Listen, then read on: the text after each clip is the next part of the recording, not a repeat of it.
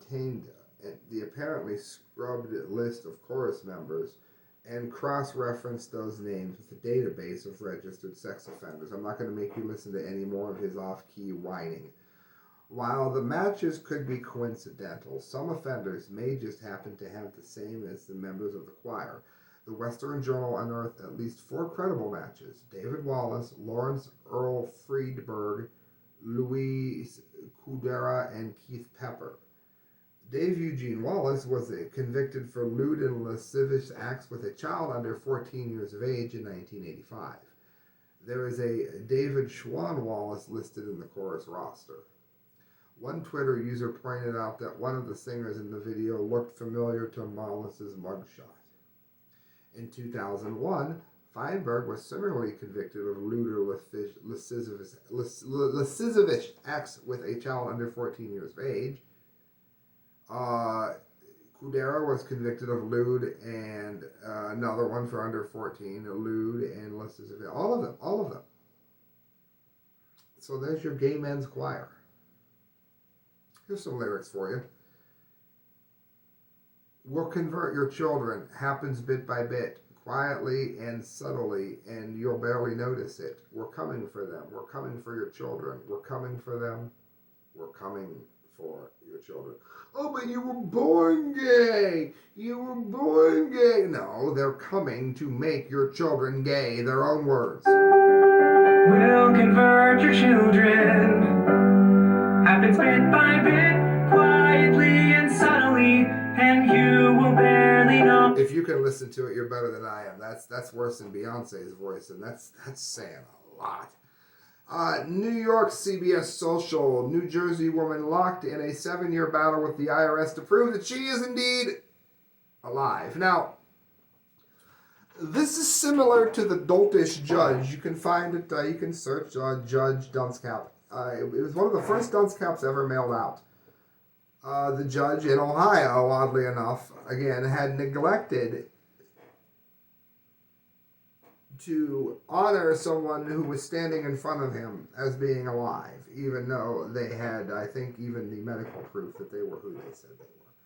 This is sort of a part 2 of this, and I'm sure a local judge is much smarter than most of the people who live at the I.R.S., which should be abolished.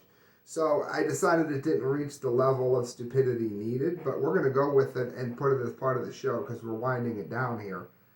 Anyone still listening? Let me know. A New Jersey woman has been battling the Internal Revenue Service to prove that she's still alive. And the unfortunate mix-up began with her mother's death, and 7 years later, the situation has not been resolved. 7 years, hey, the I.R.S. is great. I wonder how much they're going to give her in compensation, equal to how much they would want from the average person if it took them 7 years to rectify a problem. It caused her a tax nightmare for the woman and her father. A summer camp counselor, the 25-year-old Samantha Dressig, is in full of energy and has an important outlook. Life is short. You never know when it's going to end. But according to the I.R.S., hers ended 7 years ago. The last actual person I had spoken to from the I.R.S., and I quote, "Wow, you're dead all over the system," Dressig said. That'd be really good luck for a lot of people. The morbid mix-up began when she tried to file her taxes in 2014, the same year that her mom passed away of ovarian cancer. She thinks the government screwed up their last names. But she's not able to get taxpayer assistance because of it. So for most people, it would be a blessing. But for her, quite the opposite. And of course, we got to ring the bell. Wait, what do I hear?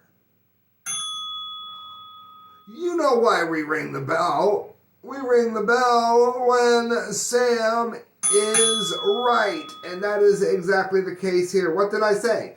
I said that you could not have anybody watching Playboy, buying Playboy just for the articles, and that they were never going to make it that way. And that's exactly what happened.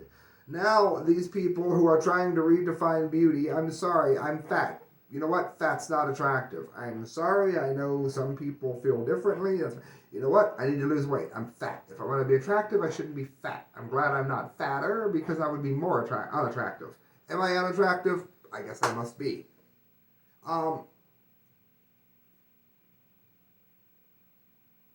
That's not even what's the issue, though. The issue here is the Victoria's Secret models some of the most physically beautiful women in the world. What's wrong with that?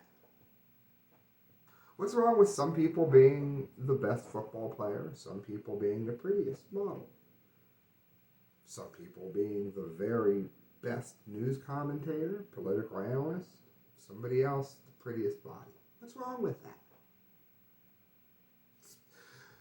I said Victoria's Secret would never make it with what they were doing, trying to push the woke agenda.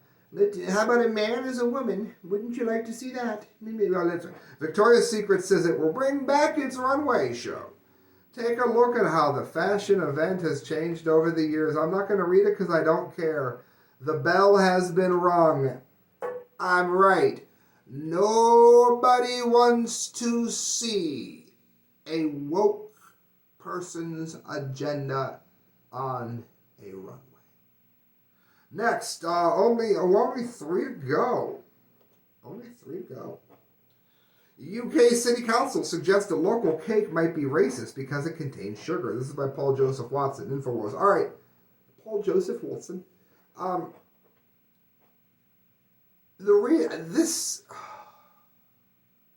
This came within a pubic hair of winning the Dunce Cap of the Month award, and I'll tell you why. I'm not going to read the whole thing, but you'll get the idea. I do have to read the beginning of it. Leeds City Council is concerned about the origins of local produce such as parkin cake because it may have once included sugar imported from the Caribbean and therefore is racist. Yes, really. Okay, look. It's also hard to send a Dunce Cap to England, but you can help me do it by donating at thecorrectviews@hotmail.com through PayPal. The trouble here is if Leeds City Council gets what they want, let's figure this out. So here we have the poor and supposedly sad, oppressed people of the Caribbean. Now, I was in the Caribbean, and massive amounts of money get spent there every day, even in the local communities, in taxis and shuttle, but whatever, okay.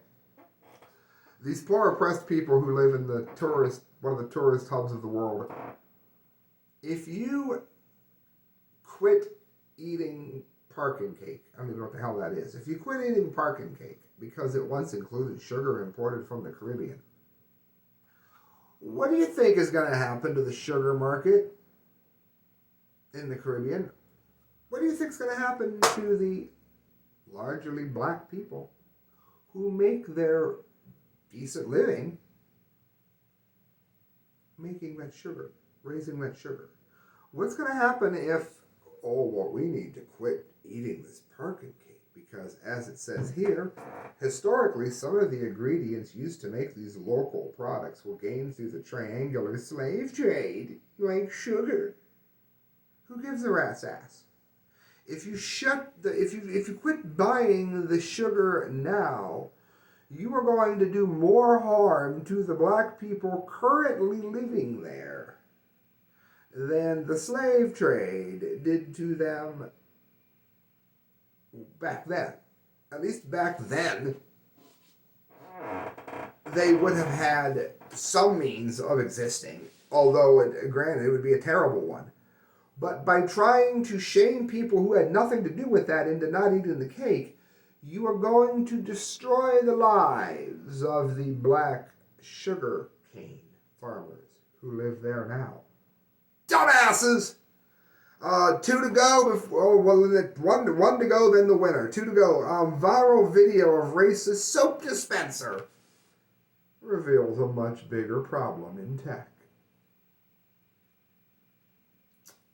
The racist soap dispenser. Now they're saying that the censors don't pick up black skin. It's racist.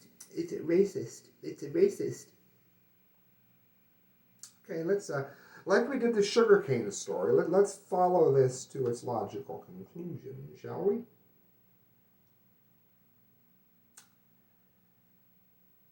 The same people that are saying that the soap dispensers are racist are, in fact, the same people who commonly say things like, the greedy corporations want to take every penny they can get. So, the greedy corporations that make the hand sanitizer are exploiting people, but they don't want black people's money because the hand sanitizer doesn't work on black people. Well, how are they going to make money then as a greedy corporation? They're going to make less money if an entire group of people can't use the soap dispenser. So it stands to reason that their entire argument doesn't make any sense. No company would ever do that. And it would be impossible to cause a machine to do that. At least with the technology that we have now. What can a viral video of a racist soap dispenser tell you about the role of technology? A surprising amount. Chukwuemeka Afigabo, a Nigerian man who works in tech, tweeted a short video of a racist soap dispenser that appears to dish soap out to a white person's hand, but not a black person.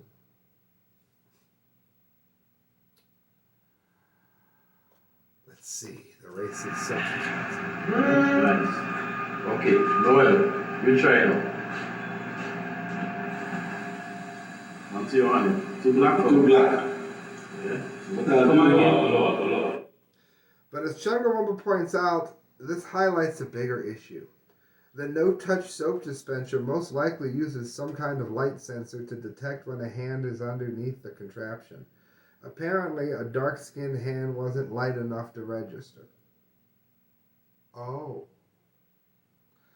So a technical glitch is actually at fault. But then all the rest of it, they talk about apes, they talk about gorillas. Look at this entire article. This bonehead wrote, Tom Hale. All this BS they wrote, erasing the race and the racism, and the racism and the soap, and the racism and the racism, followed by the racism. It's a technical error. There's no racism at play. And that, friends, you know exactly what it does. That brings us to the winner of the Dunce Cap of the Month award. We even have our music. It's going to play. I'm sure it is. Do me a favor, make sure you donate at the correct views at hotmail.com through PayPal. It helps me afford to mail out Dunce Caps. Alright guys, the winner. What could be dumber than a racist soap dispenser? Supposed soap dispenser. Lena Bloom is Sports Illustrated swimsuit issue's first transgender cover star. Dum dum dum.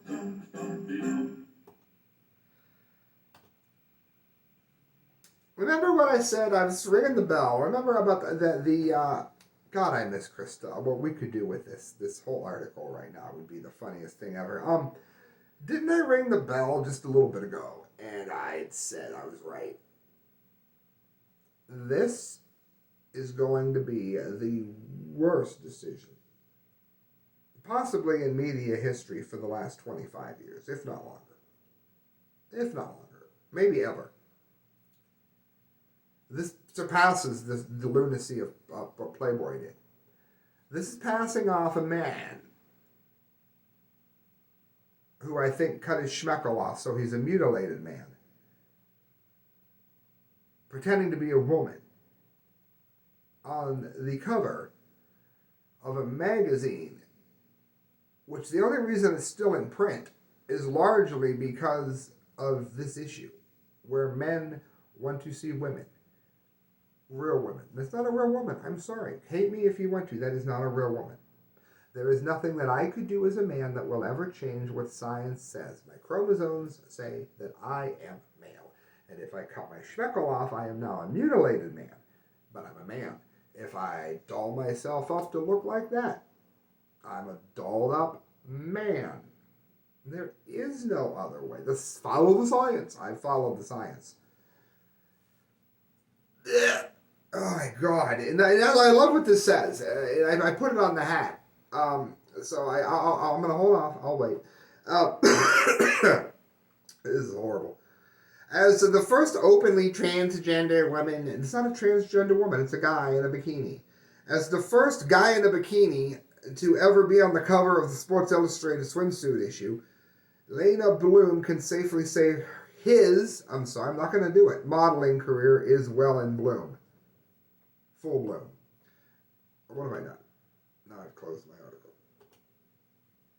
Oh, I completely closed the article, so now I have to go back to this. Hold on one second. To my history, to my read, because this is so horrible you have to read it, that's all. Right, no, you don't have to read it, because you have to look at the picture. You have to suffer through me reading it to you. Here to celebrate is what they're saying. Or is it? So disgusting. Ugh. But the seeds of the history-making moment were planted in 1997 when he flipped through a Tyra Bank-fronted edition of the Bikini Bible on her father's coffee table. They told me I got the cover, I spoke to my dad. I was like, when I was looking at the magazine, I was looking into my future. You were giving me the tools I need to see myself. Yeah, he was giving his son a magazine, hoping he was a normal boy. But you can't say that anymore. And again, do I think that this person needs to be ridiculed, laughed at? No. But don't try to sell this as a woman.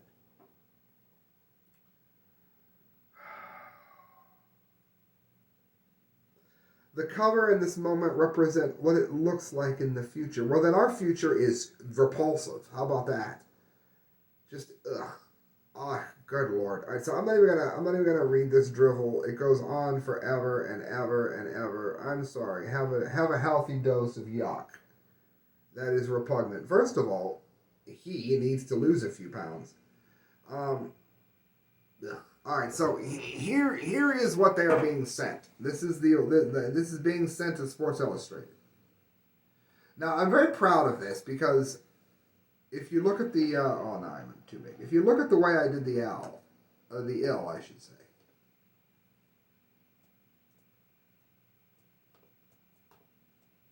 Well, look at that.